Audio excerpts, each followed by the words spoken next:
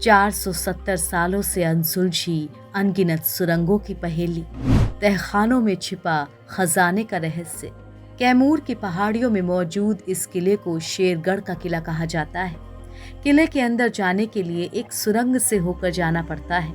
कहते हैं कि अगर इन सुरंगों को बंद कर दिया जाए तो किला किसी को दिखाई भी नहीं देगा। इसकी वजह है इसकी बनावट। इस किले को इस तरह से बनाया गया है ताकि बाहर से इसे कोई देख न सके। चारों ओर से ऊंची ऊंची दीवारों से घिरा यह ऐतिहासिक किला। इसके 3 ओर जंगल है, जबकि एक ओर दुर्गावती नदी बहती है। कहते हैं कि इस किले को शेरशाह सूरी ने अपने दुश्मनों से बचने के लिए बनवाया था। वो अपने परिवार और सैनिकों के साथ यहीं पर रहता था।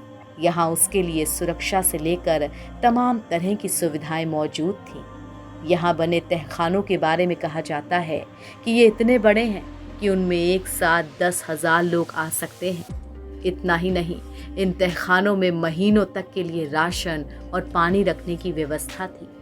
इस किले के अंदर एक बड़ा सा कुआं भी है। इसमें सैकड़ों साल बाद आज भी पानी जमा है। आज तक नहीं मिला सुरंगों का सिरा। तहखाने में समा सकते हैं 10,000 लोग। इस किले को इस तरह से बनवाया गया है कि हर दिशा से अगर दुश्मन 10 किलोमीटर दूर भी रहे तो उसे आते हुए साफ साफ देखा जा सकता है।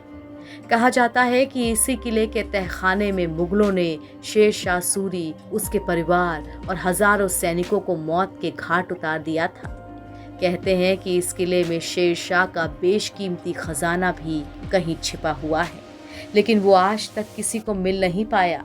किले में सुरंगों और तहखानों का जाल इस तरह से बिछा हुआ है कि लोग अंदर जाने से भी डरते हैं। इस किले में जितनी सुरंगें हैं उतनी दूसरी किसी किले में नहीं।